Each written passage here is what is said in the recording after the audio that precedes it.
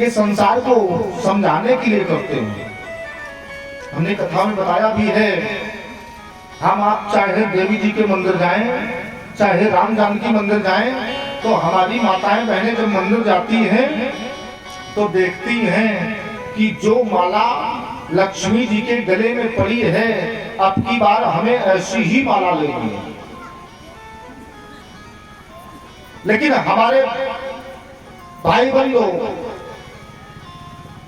हमारी माताएं बहनें ये विचार करती हैं, लेकिन भोले बाबा के मंदिर में जाकर के किसी में ये विचार नहीं आता है कि भोले बाबा की गले की माला हमें भी प्राप्त हो जाए। भोले बाबा ने संसार को संकेत दिया है। भोले बाबा ने क्या संकेत दिया है? बोले इन आभूषणों से यदि अधिक प्रेम करोगे तो यही आभूषण तुम्हारे लिए तुम्हारे काल बन जाएंगे। काल, सर्प जो है, सर्प काल का प्रतीक है। काल का सर्प उसी को काटता है जो पाप करता है, पाप ना करने वाले को सर्प नहीं काटता। भगवान भोले बाबा ने संकेत दिया है संसार को, लेकिन फिर भी हम देखते हैं जिस समय चढ़ावा आता है तो हमारे भाई बंधु तो शांत हो जाते हैं, लेकिन हमारी माताएं बहनें जो हैं ऐसी कृपण होती हैं, अनेकानेक प्रकार की चर्चाएं करती हैं। जहां पर दो व्यक्तियों का संबंध जुड़ रहा हो, उस संबंधों के बीच में कभी भी कोई चर्चा नहीं होनी चाहिए। लेकिन हमारी माताएं बहनें जिस समय रात्रिकालीन वेला में चढ़ावा आता है तो हम तो सुनते हैं, कहेंगे ये नहीं वो नहीं, मने चाहे जितना हो फिर भी कमी बनी रहती है, कमी। भगवान भोले बाबा ने संसार को आदर्श सिखाया है, आभूषणों से प्रेम कम करो, यही आभूषण तुम्हारे लिए काल बन जाएंगे। काल।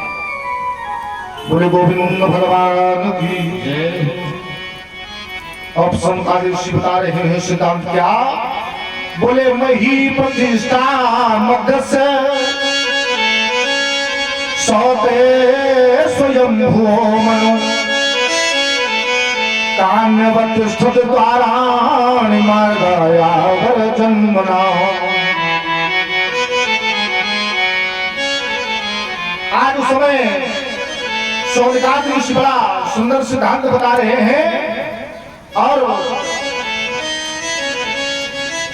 एक बार की बात है, रसातल में गई हुई पृथ्वी का प्रभाव भी भगवान ने स्वीकार किया।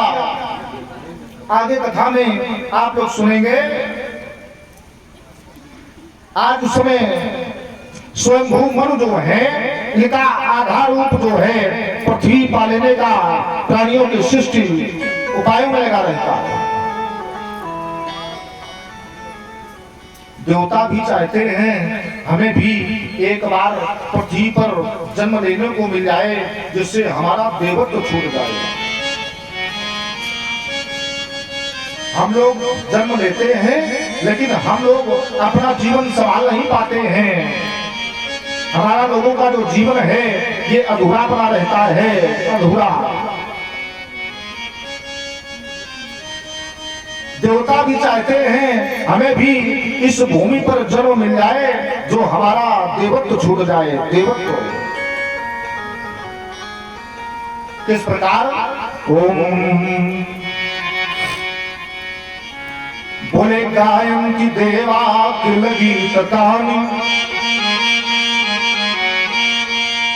देवता वंदना करते हैं अपने इस देश की, अपने इस भूमि की। देखो संसार में देश तो बहुत हैं, प्रदेश तो बहुत हैं, जनपद तो बहुत हैं, लेकिन हम आप जैसा जो क्षेत्र है ऐसा कहीं नहीं है।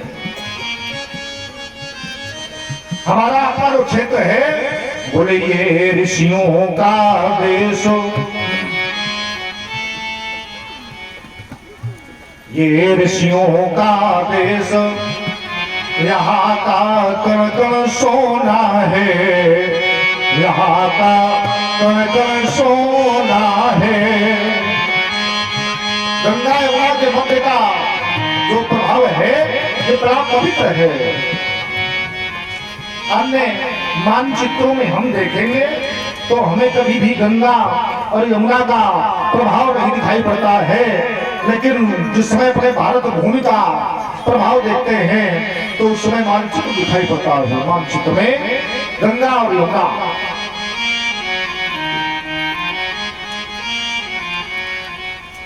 आज इधर लोगों का जो ध्यान है वो भगवान के प्रति है, और भगवान का जो ध्यान है वो इस पृथ्वी के प्रति है। माने देवता भी विचार कर रहे हैं कि एक बार हमें इस भूमि पर जन्म मिल जाए जो हमारा देवत्व छूट जाए। हमें आपको जो जीवन मिला है ये जीवन किस लिए मिला है? मोक्ष के लिए। मोक्ष के लिए जीवन मिला है, मोक्ष प्राप्त हो जाए। बोले गायन्ति देवा किल गीत गानी धन्यासुते भारत भूमि भारत।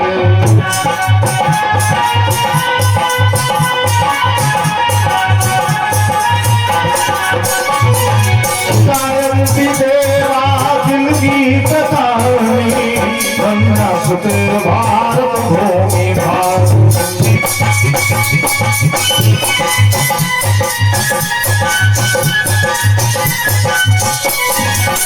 बोले गोविंद भगवान की। आज इधर पावन कथा में मैंने सिद्धांत पढ़ा है, आज उद्धतस्य ही कामस्य प्रतिवादो न सस्यते। आज उधर परीक्षित का जो भाव है वो कथा सुनने के लिए तत्पर है, भगवान की कथा का श्रोतान कर रहे हैं, आनंद प्राप्त कर रहे हैं। और हमने कथा में बताया भी है आनंद में पर ब्रह्म। जहां पर आनंद होता है वहीं पर ब्रह्म होता है, और जहां पर ब्रह्म होता है वहीं पर ज्ञान प्राप्त होता है। ज्ञान हर जगह मिलने वाली वस्तु नहीं है। ज्ञान जो है ये ज्ञानियों के पास ही प्राप्त होती है, संतों के पास, महात्माओं के पास ही ज्ञान प्राप्त होता है। और जब व्यक्ति को ज्ञान हो जाता है तो ईश्वर को जान लेता है। जब ईश्वर को जान लेता है ज्ञानी पुरुष, बोले ज्ञानी भगत शिरोमणि त्रिभुवन पति कर जाओ, तो वही संसार वासियों को भगवान की पहचान करा देता है। ज्ञानी संसार वासियों को सन्मार्ग दे देता है। ज्ञानी ज्ञान प्राप्त होता है। आज ये सिद्धांत सुनने के बाद में आज उसमें परीक्षित के हृदय में जिज्ञासा व्यक्त हो रही है। बोले अब हम ऐसी कथा का सिद्धांत सुनना चाहते हैं जिस कथा से हमारे हृदय में आनंद की अनुभूति तो हो ही रही है, लेकिन इससे अधिक हम आनंद प्राप्त करना चाहती हैं। इससे अधिक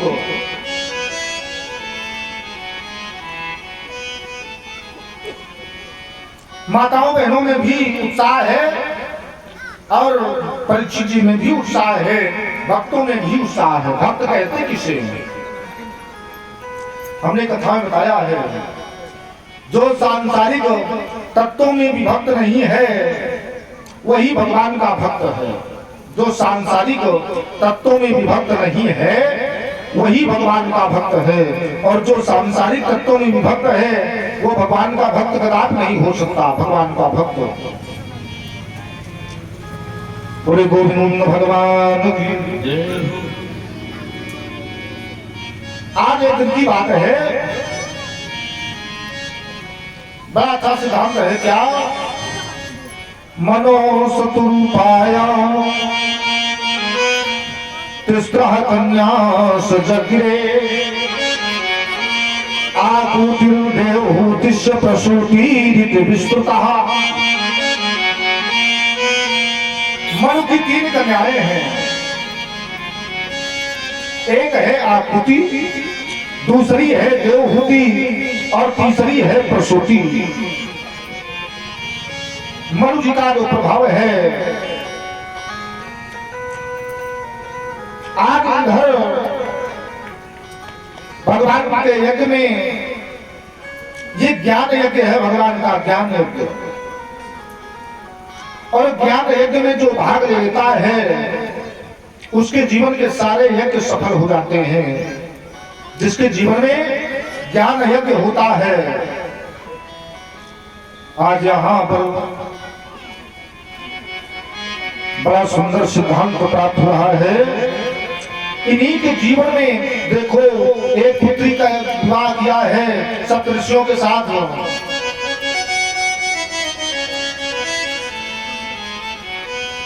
आजकल अगर किसी से कहा जाए कि तुम अपनी पुत्री का विवाह किसी संत महात्मा से कर दो, तो लोग कतराएंगे। लोग कतराते हैं कि हमारी पुत्री बनवासी हो जाएगी संतों के साथ में। लेकिन आपने देखा होगा, आज सबसे पहले किसके साथ अपनी पुत्रियों को विवाह किए हैं? बोले मरीचि अत्रि अंगिरिशो पुलस्या पुलह कृतो। सप्तऋषियों के साथ में आज इधर कन्या का विवाह किया है। और इसके बाद में देखो, जो ज्ञानी होता है, जो बुद्धिमान होता है, वो जब विवाह करता है तो विवाह अपने अनुसार करता है। लेकिन आज की प्रथा जो है, आज जब लोग विवाह करने जाते हैं तो दूसरे के सहारे जाते हैं, दूसरे के सहारे। स्वयं की बुद्धि का प्रभाव नहीं अपनाते हैं, दूसरे के भरोसे चलते हैं, दूसरे के। और जो स्वयं करता है, बोले जिनको निज पर विश्वास अधिक। विवाह के समय बोले जिनको निज पर विश्वास अधिक, वो सम्मान नहीं मांगा करते।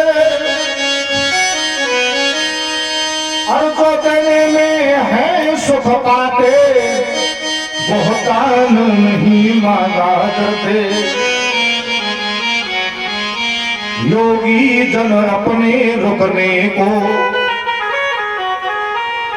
स्थान नहीं मांगा करते। मांगने वाले जहां पर विवाह काल के समय संबंध में मांग की बात आ जाए, समझ लेना चाहिए जो भी हमारे भाई बंधु अपनी पुत्री का जब विवाह करते हैं और विवाह काल के समय मांग की बात आवे, तो ऐसे स्थान पर कभी भी अपनी पुत्री का विवाह नहीं करना चाहिए। विवाह जहां मांग की बात आ जाए, समझ लेना चाहिए हमारी पुत्री का जीवन जो है वो नरक कुंड में चला जाएगा, नरकी हो जाएगा। अभी जब हमारी बालिका का विवाह हुआ नहीं है, तब लोग मांग करने लगते हैं पहले से। आजकल का मानो शिक्षा बढ़ी है, शिक्षा का प्रभाव है, संस्कार युक्त हो गए हैं। लेकिन संसार में संस्कारी होना परमावश्यक है, शिक्षा हो या न हो। आजकल विवाह में लोग मांग करते हैं, अनर्गल है, अनुचित है, मांग नहीं करनी चाहिए। आज यहाँ पर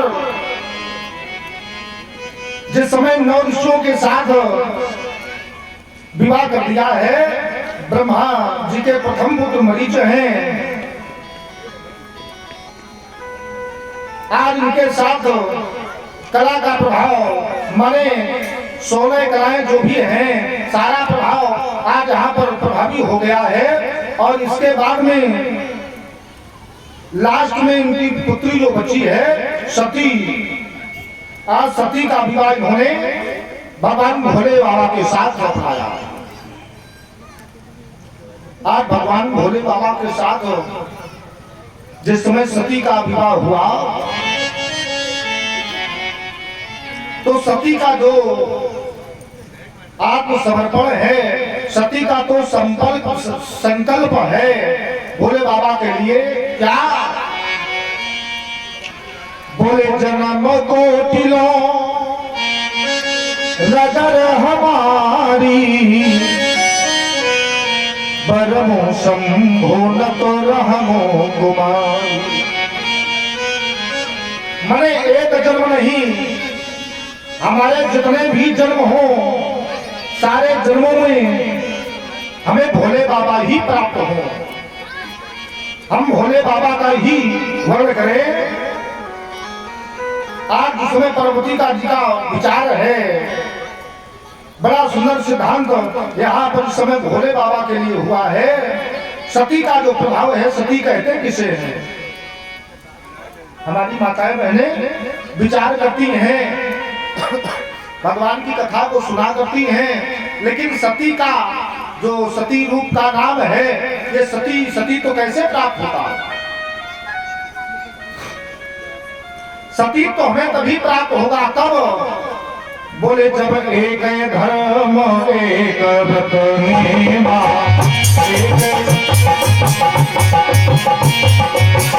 एक धर्म एक व्रत नेमा, एक धर्म एक व्रत नेमा, चार वचन पति प्रेमा।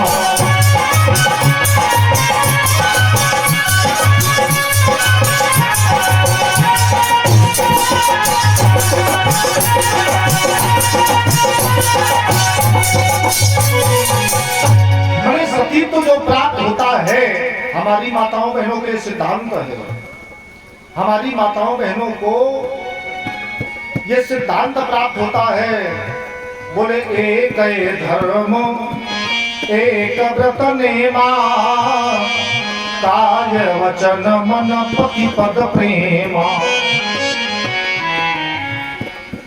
भगवान की कथा का सिद्धांत कहता है, हमारी माताएं बहनें जो मांग भरती हैं, कभी भी इस मांग पर किसी दूसरे व्यक्ति का दृष्टि का प्रभाव नहीं पड़ना चाहिए, दृष्टि का प्रभाव।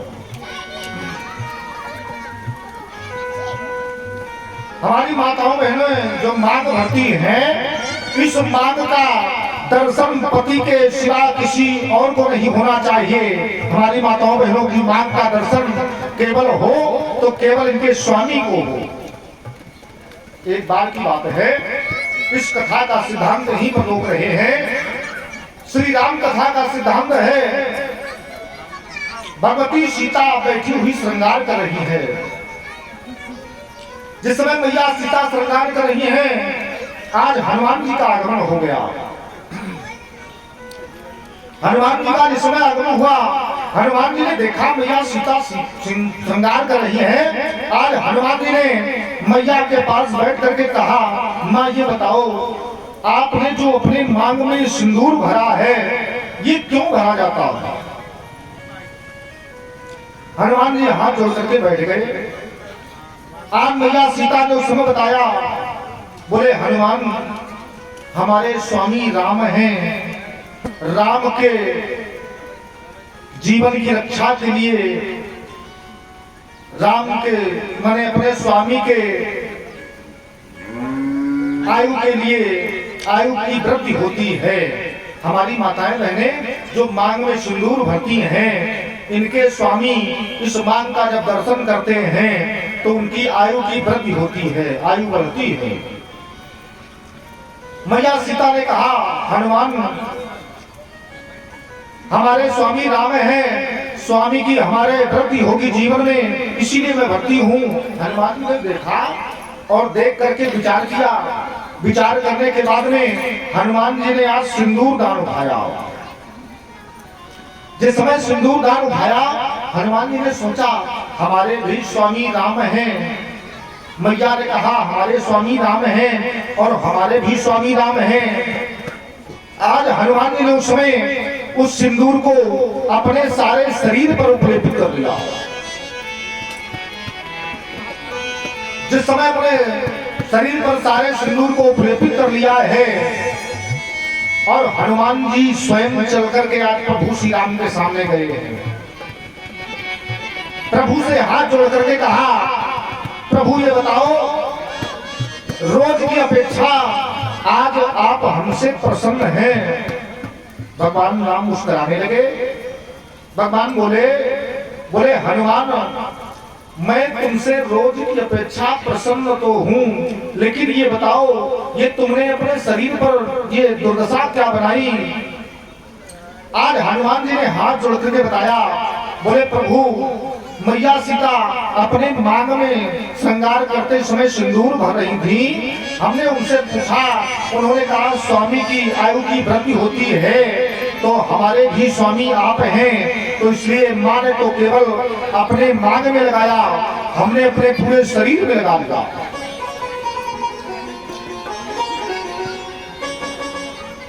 बोले संकट मोचन हनुमान जी महाराज की जय हो। उस समय प्रभु श्री राम ने हनुमान जी को आशीर्वाद दिया है। बोले अरे हनुमान, आगामी समय में तुम्हारे ऊपर जो चोला चढ़ाएगा उसके जीवन के संकटों का निवारण होगा। मने हमारी माताओं बहनों की मांग का दर्शन इनके स्वामी को ही होना चाहिए, पर पुरुष को नहीं। आज भगवान की पावन कथा में मने मैया सती का इस समय विवाह काल का समय है। देखो विवाह क्यों किया जाता है।